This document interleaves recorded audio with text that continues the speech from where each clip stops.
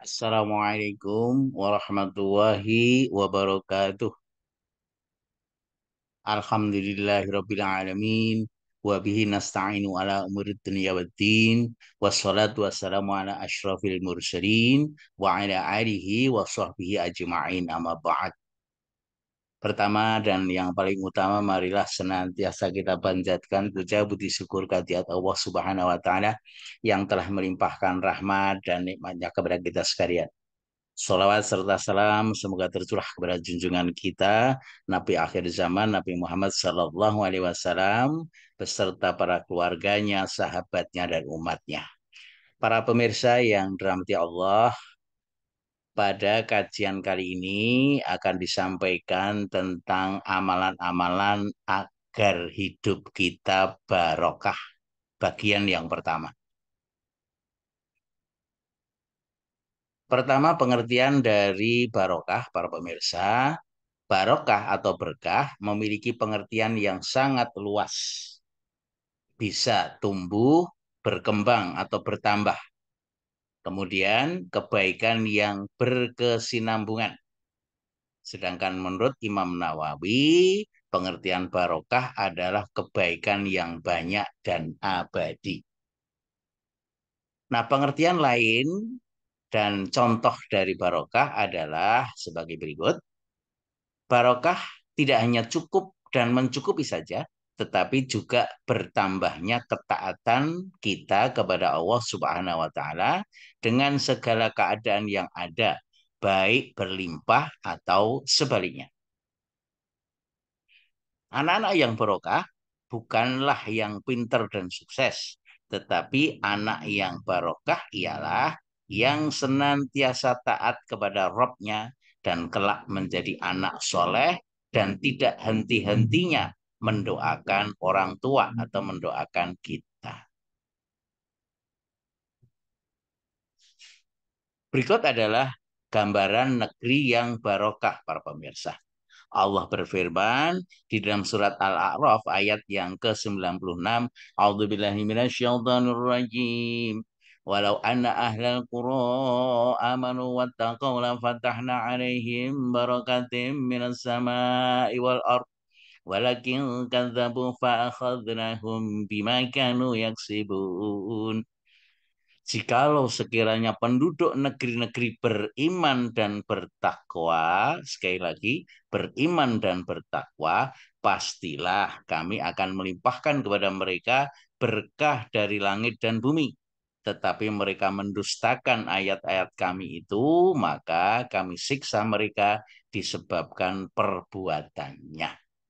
Nah, ini adalah gambaran negeri yang barokah. Allah akan bukakan barokah dari langit dan bumi. Nah, apa saja amalan-amalan yang menjadikan hidup kita barokah, para pemirsa? Yang pertama adalah sholat berjamaah. Sholat adalah lambang ketundukan kepada Sang Khalik. Alam semesta semuanya bertasbih atau bertawaf. Sebagaimana firman Allah dalam surat Al-Isra ayat yang ke-44, A'udzubillahi minasyaitonirrajim. Tusabbihu lahu samawati sab'u wal ardu wa ma fihin wa in min syai'in illa yusabbihu bihamdihi walakin la tafqahuna tasbihahum innahu kana haliman ghafura. Langit yang tujuh, bumi dan semua yang ada di dalamnya bertasbih kepada Allah. Tak ada sesuatu pun melainkan bertasbih dengan memujinya. Tetapi kamu sekalian tidak mengerti tasbih mereka. Sesungguhnya dia adalah maha penyantun lagi maha pengampun.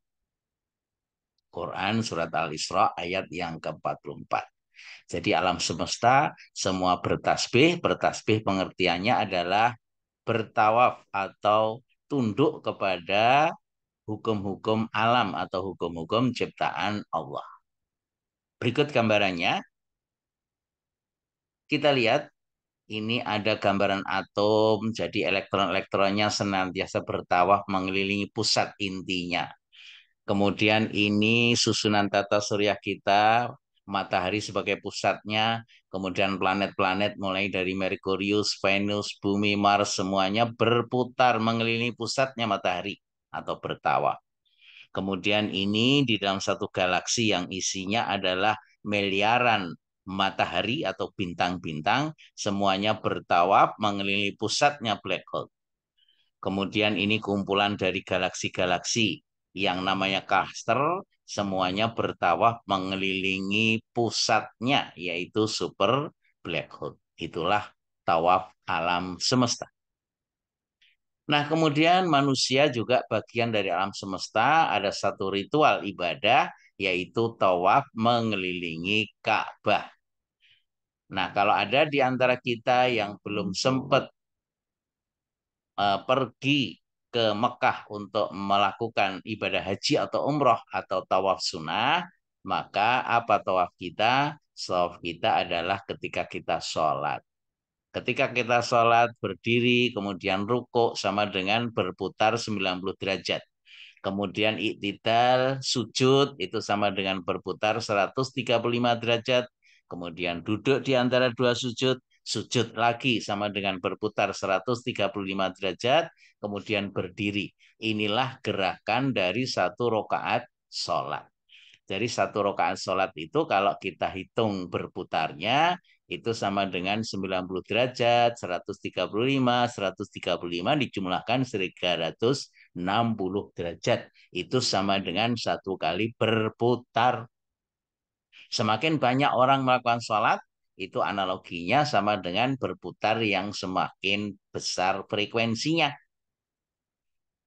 Nah, gambaran bahwa sholat dengan tawaf atau berputar itu analogi, yaitu ketika sholat gerhana, maka Rasulullah SAW memberikan pelajaran kepada kita, yaitu ketika sholat gerhana itu dilakukan sebanyak 2 rakaat, kemudian rukuk 2 kali di dalam setiap rokaatnya. Nah, sehingga ketika sholat gerhana itu kelebihan 2 rukuk 90 derajat 2 kali. Kalau kita jumlahkan sama dengan 180 derajat.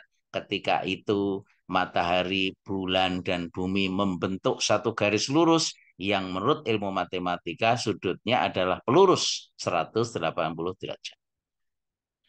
Nah, kemudian ketika seseorang meninggal, maka kita sholatkan, maka sholat jenazah itu dilakukan 4 kali takbir tanpa rukuk, tanpa sujud. Kenapa tanpa rukuk dan sujud? Karena yang kita sholatkan sudah tidak berputar lagi, sudah tidak bertawaf lagi, alias sudah mati.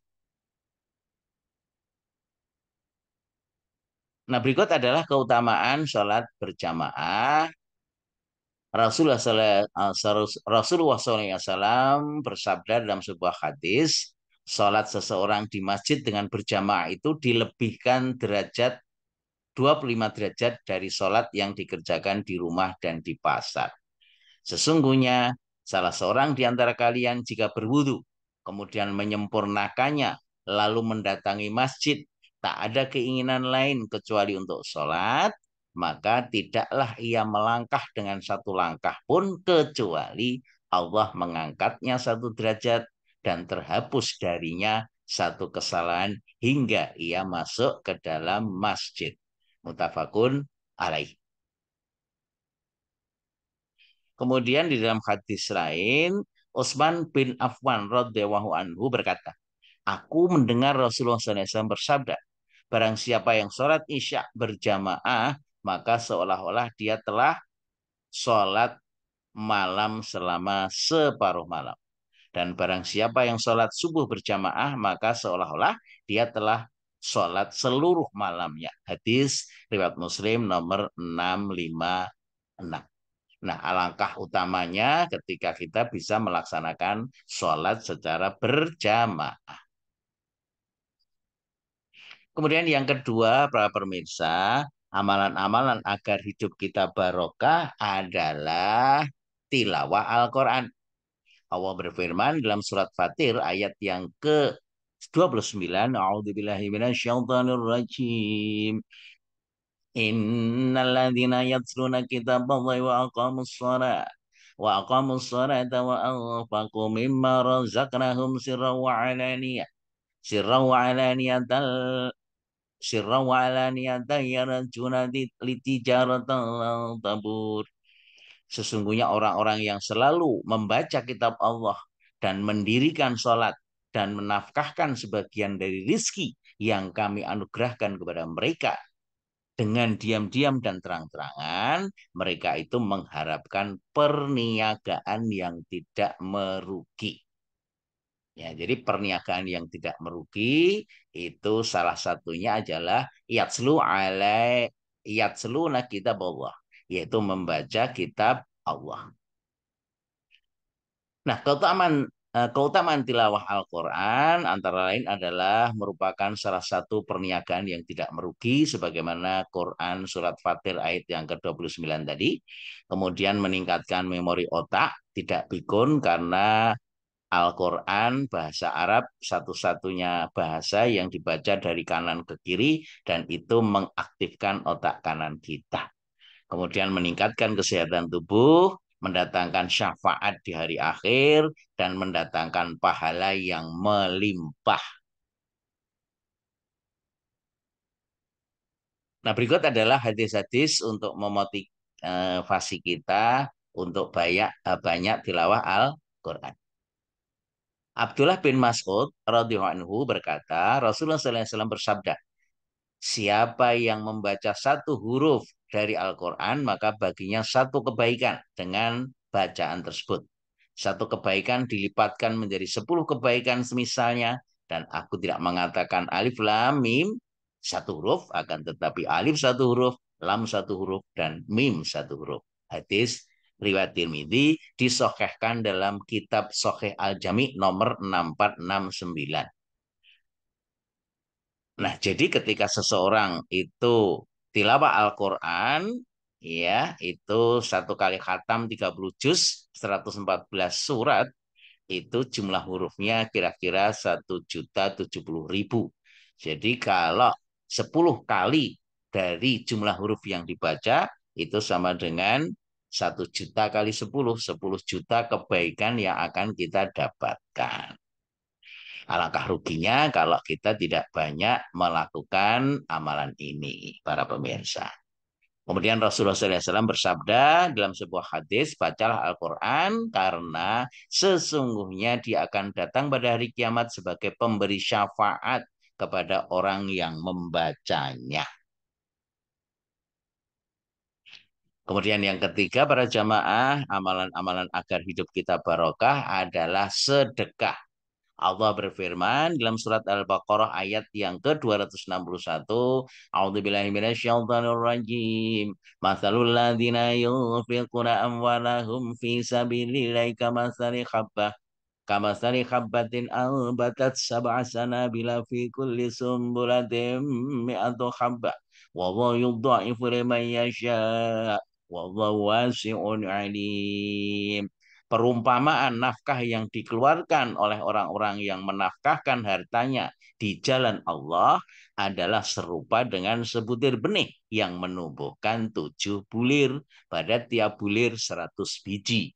Allah melipat gandakan pahala bagi siapa yang dia kehendaki dan Allah maha luas karunia-Nya lagi maha mengetahui.